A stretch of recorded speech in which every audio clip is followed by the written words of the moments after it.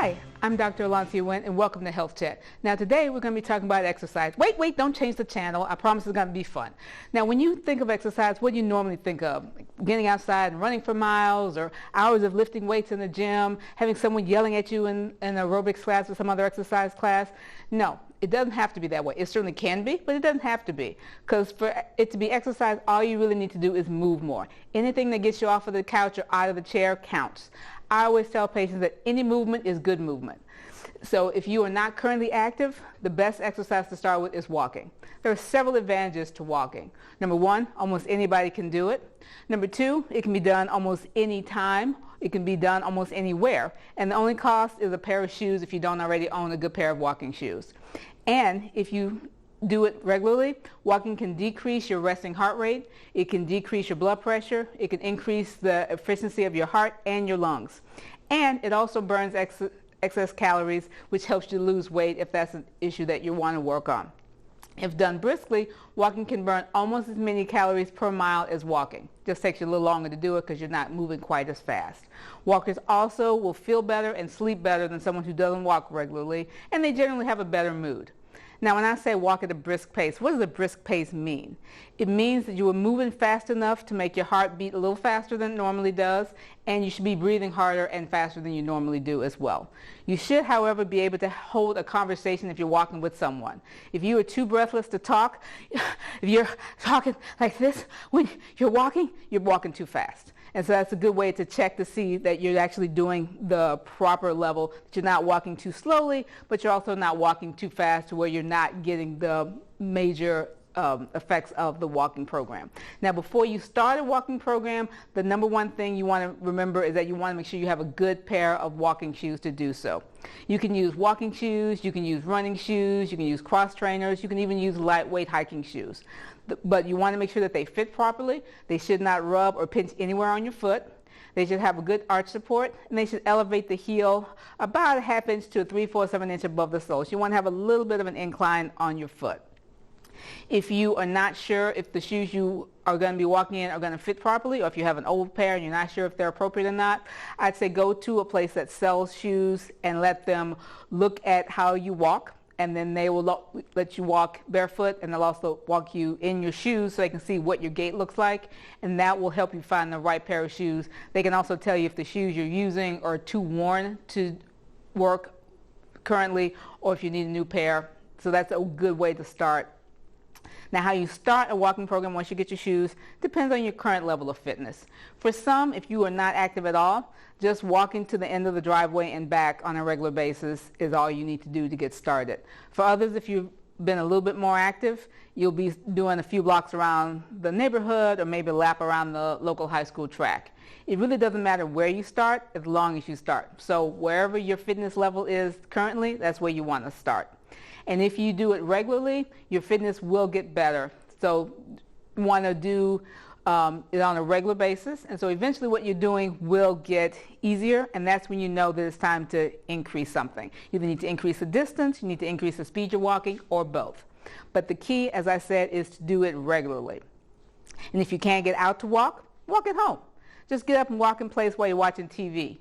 In fact, if you just walk during the commercials, you will get about 6 minutes of walking per half hour. So if you watch an hour and a half TV, that is almost 30 minutes of walking just in the comfort of your own living room. You don't have to worry about weather. You don't have to worry about dogs in the neighborhood. You don't have to worry about any of that. So it's pretty cool, right?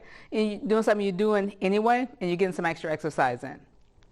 Now, I've been talking about walking because that is a great place to start if you haven't been active regularly. But the key is you want to find a program that you enjoy, because that's what's going to make you stick to the program. Because if it's something that you don't enjoy, you're going to always be able to find excuses not to do it. It's too hot, it's too cold, I'm too tired, it's too early, it's too late, whatever.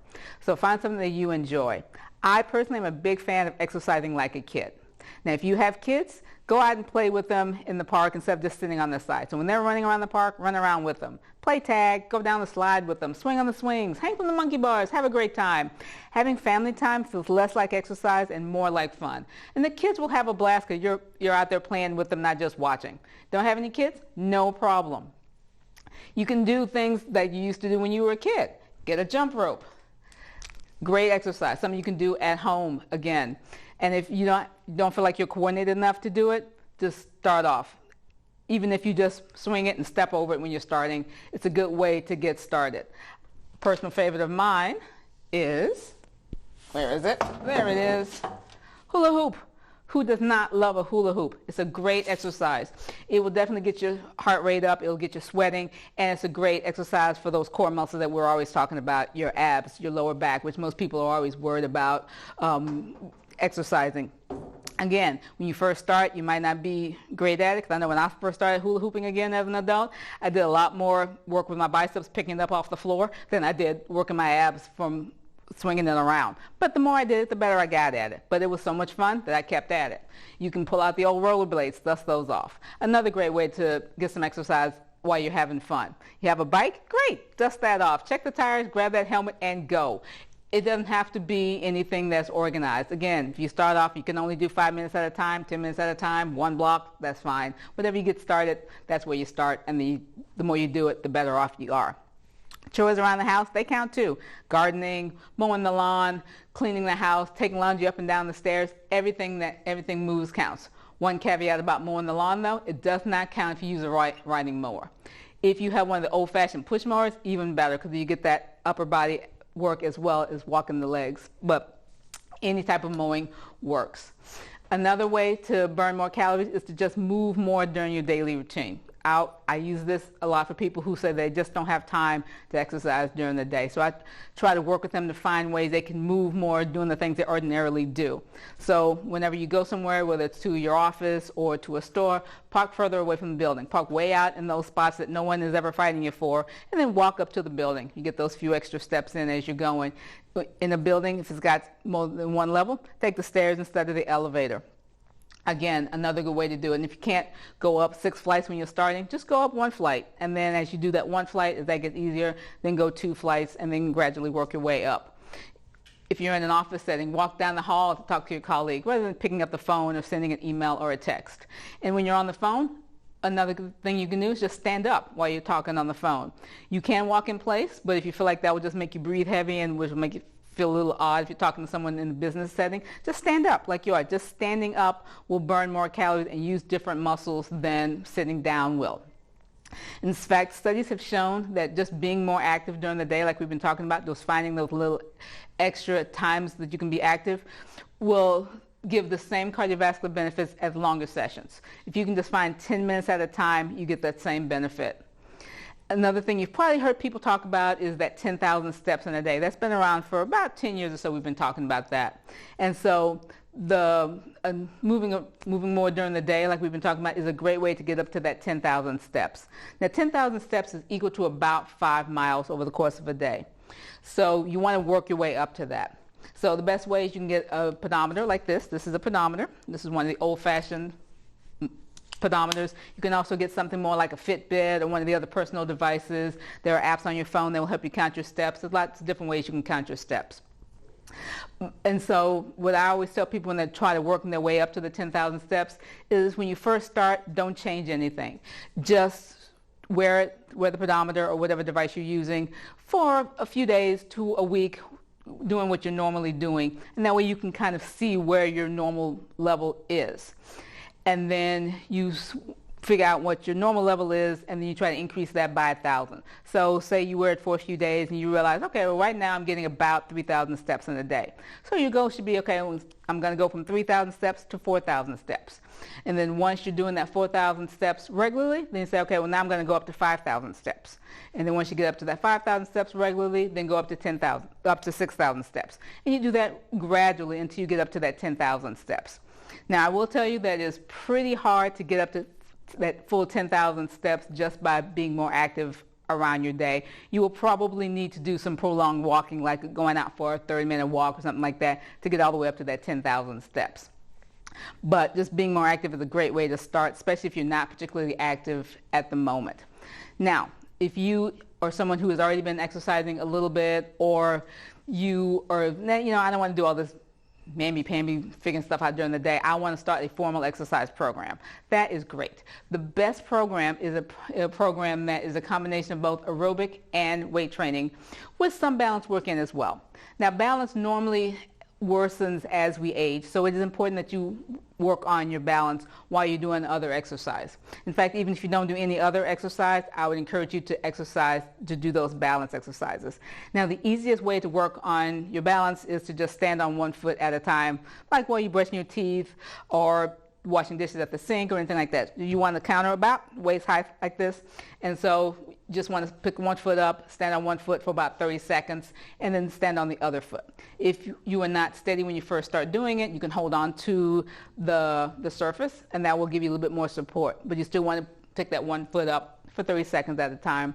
And again, the more you do it, the more those core muscles, which are those balance muscles, they will get stronger as you do it. Another thing you can do to work on your balance is just walking heel to toe. Remember, like you used to when you were a kid, you pretend like you were walking on a balance beam or something like that. Same kind of thing. Still works those same balance muscles. It's another way, that's a fun way to get some balance exercise in. As far as aerobic exercises, that's what you always think about, like exercise classes. So you can start with either a class at a local rec center or a local gym, or you can rent some videos from your local library. A lot of the cable systems will have exercise videos on demand that you can get. A lot of them are free, so you can try different things out. And I would encourage people to try several different types of activities they can find in the class that they like or the exercise program that they like. You do want to be sure to pick one that's appropriate for your current level of fitness. You don't want to start off with doing this major advanced class if you haven't exercised since you were in high school 20 years ago.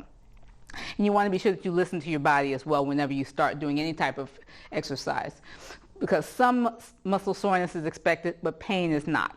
So if you are feeling acute pain, then you need to stop what you're doing, and either you're doing too much too soon or your form is not right, something is not as it should be. Now, if you're taking a class, when you first start the class, you can ask the instructor for modifications. So say, for instance, you have a bad knee, you have a bad back. Just tell the instructor before the class and say, hey, this is my issue.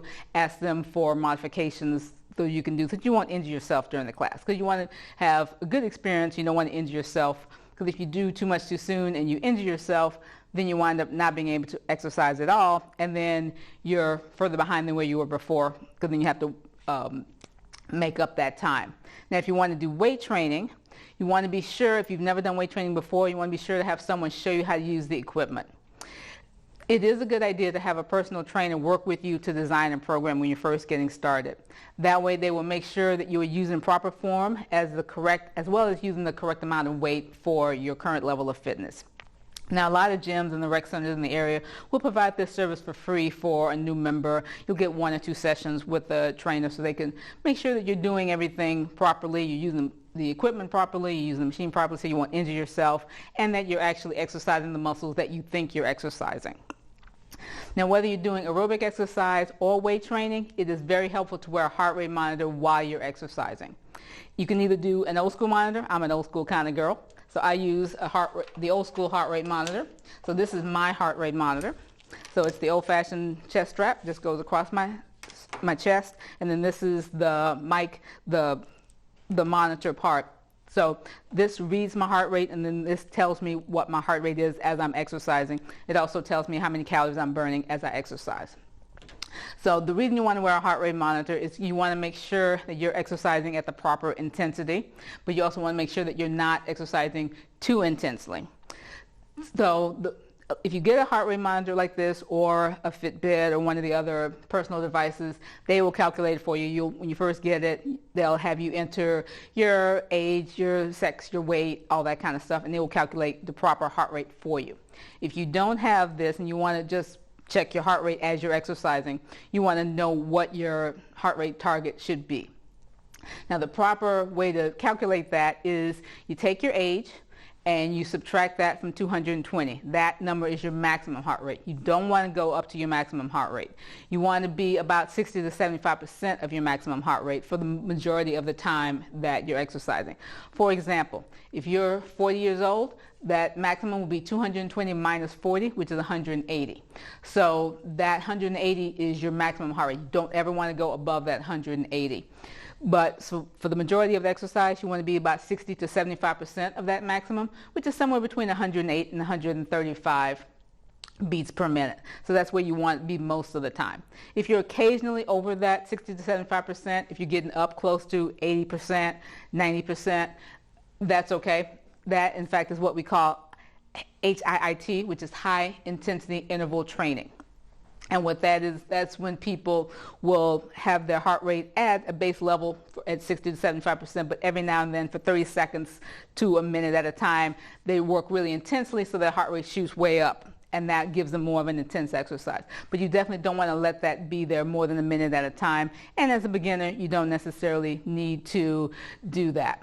But that's just another thing. So you may hear that term from time to time. So you really want to make sure that you're exercising at the proper intensity level for the time that you're out there.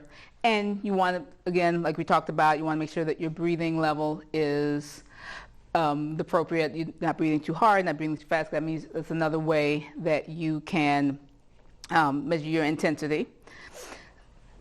So, and then a good way, so I always encourage people to mix it up. You want to do a mix of aerobic exercise and the weight training, because aerobic exercise works your heart and your lungs. It improves the functionality of those. It increases the intensity of that. It makes those stronger, makes them more efficient. And then the weight training will improve your strength of the muscles. Now, as you get older, you typically lose muscle strength, and that's just a normal part of aging. It's not saying that, you know, you didn't do something right or anything like that. So that's why you really want, especially as you start getting older, as you start feeling like you're getting weaker, that's when you want to use that strength training to decrease the rate of muscle loss and to increase muscle as well. And when you're using weights, you can use what are called free weights, which are the dumbbells or kettlebells or anything that's not attached to a machine. You can also use the machines. So if you go to a gym or a rec center, you'll see the weights they're within the machine. Sometimes it's using air resistance. Sometimes it's actually using weight plates. So there's several different types of machines that will use the weights. And that's when you want to make sure that you're using that personal trainer or someone who works there so they know, you know how to change the weights, make sure you're not using too much, make sure you're not using too little, because if you're using too little, then you're not getting the maximum benefit of the exercise. So a good way that you can know if you're using the right amount of weight, and as you go through, as you're working more and more, you're going to have to increase your weight that you're using, just like if you're doing walking and you doing the same thing for a while, you start getting stronger, so you have to walk longer or walk faster. When you're doing weights, that exact same thing happens. So if you start off with a certain weight and then at the end, after you've been doing that for a few weeks, you suddenly feel like, well, when I'm done with my set, I feel like that was easy. I'm not even sweating. This is not even really difficult anymore. That's usually a good sign that it's time to increase the amount of weight. You want to make sure that you're using the amount of weight that will allow you to have good form when you're using the weights, but you want those last 2 repetitions in your set to be a little more difficult. You don't want them to be so difficult that you're kind of flailing to get the weights around, and that's because that's when you can injure yourself. But you want to make sure that those last couple of repetitions are a little more difficult, and that's when you know you're at that right weight. I guess I should explain what reps and sets and all that are, because you may or may not know what that is. What a repetition is the number of times you do an exercise. So for instance, a bicep exercise, if you move your arms like that and then down, that's 1 rep. So it's the full range of motion using a muscle. That's the repetition. A set is a number of repetitions in a row. So the most common thing that people will do is you'll see people do 2 or 3 sets of 10 to 15 repetitions. And that's just, you do so many repetitions for a set. You might take a little break for 10 to 15 seconds and then do your next set.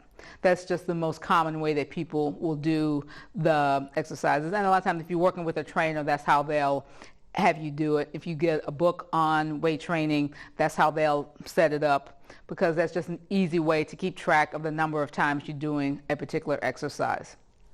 And it will change from depending on which body part you use, because different muscles have different strengths, and so you will need to do different number of sets, and you'll need to use different weights for different muscles, because your legs are typically stronger than your arms for most people, because we use our legs more because we walk all the time, and that's why our legs get stronger.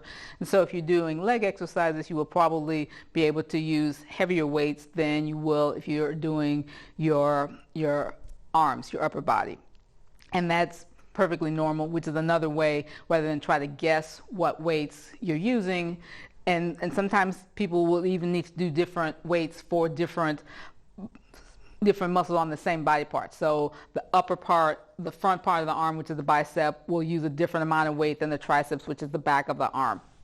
And that's perfectly normal and perfectly fine, because whatever works for you is what is the best thing to do. Because again, like I said, you don't want to try to do too much and injure yourself, and then you have to take time off, and then you lose the ground that you've gained. But you also don't want to do too little, because then you feel like you won't be seeing that benefit, you won't be seeing that improvement, and then you'll start to feel like, well, I'm wasting my time, I'm not getting any better, I'm not getting any stronger, this is stupid, I'm just going to stop doing this, I'm going to go back and sit on the couch.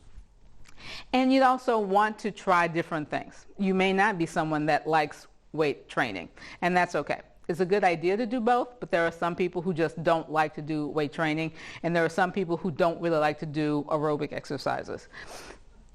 So, but you do want to do both, and that's for men and women, because a lot of times women will tend to gravitate toward the aerobics classes, the Zumba, the body pump classes, all those kind of things, and men are typically thinking, oh, well, I need to look like I looked when I played football back in high school, so I'm going to hit the weight room if I want to lose weight. You really do, both men and women need to do both, because that, again, like I said, you want to make sure that you get your balance in, you want to make sure that you keep your strength up, because as you get older and you start losing that balance, that can increase your risk of falling.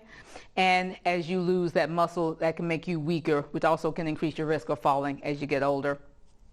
But it's not just, you don't want to wait until you get older to try to maintain that muscle, because studies have shown that the younger you are when you start using weights, the more muscle mass obviously you have. And so as you get older and you start to lose muscle, because you're starting at a higher starting point, as you're going down, you are still always going to be higher than someone of your same age who has never worked out, who's never done exercise. So I hope this has encouraged you to try new things, get out, have some fun, because it's got to be fun. Because if it's not fun, you're not going to do it. I know a lot of people think, well, exercise is not supposed to be fun. It's supposed to be punishment. A lot of people have that going back to high school or junior high school gym class, and they don't like to exercise. That's why I'm big fun, like I was talking about before, finding something that is fun, playing like a kid. Think back to when you were a kid, when you were just running around the neighborhood and you didn't have to worry about weight. You didn't think about it as exercise. You just thought about it as fun, thought about it as playing with your friends. So those are the kind of things you want to think back on and say, yeah, I used to enjoy doing that, so let me try doing that again. The jump rope, the hula hoop, those kind of things, rollerblades, tennis, racquetball, swimming. Anything that gets you up and moving is fun, and it will get you exercising. And even if you have a house that has stairs, just going up and down the stairs. If you just want to walk up and down the stairs, so instead of walking in place when the commercials come on, if you want to go up a flight of stairs and come down during that 30 seconds to a minute, that's fine too. Anything that works for you works for me, and it will work for your body. But I hope this has encouraged you and motivated you to get out there and get exercising, because the sooner you start, the better you'll feel, and you'll start sleeping better. You'll just feel better. You'll have a better mood. You will have more energy. But as always, you want to make sure that you talk to your physician before you start an exercise program, because you want to make sure that any medications you take will not affect your exercise program. You want to make sure that you are healthy enough, especially if you have any heart or lung issues. You want to make sure you talk to those physicians to make sure that you're okay for an exercise program, and if you are, what particular type, because your physician may say, well, because of your heart condition, I don't want you to go out and try to run, but walking is okay. Or I don't want you to do a bike, but swimming is okay. But that's why you really want to talk to your personal physician who knows your health issues and will be able to guide you. So you always want to have your team around you before you start an exercise program. Start with your personal physician. After you have gotten the clearance from your personal physician and talked about what type of exercise is good for you, then you want to talk to someone who will help you get the right equipment, whether it's being in the gym and working with a personal trainer, whether it's going to a store to make sure you get the right shoes to where you don't injure yourself and make sure that your feet will be protected when you're doing a walking program, or if you want to do jump rope, hula hoop, that kind of thing, make sure that you get the right one for you, because some hula hoops and some jump ropes are designed for exercise, some are designed just for fun for kids, and you want to figure out which one is best for you to use. So I hope this has helped motivate you to get up and moving. As you notice, I've been standing this entire time because I practice what I preach, I walk what I talk, and I think that you should do it as well. And if you have any questions, please feel free to contact your physician. They will be the best person to talk to about this. Until next time, I am Dr. Wynn. This has been Health Chat. See you next time.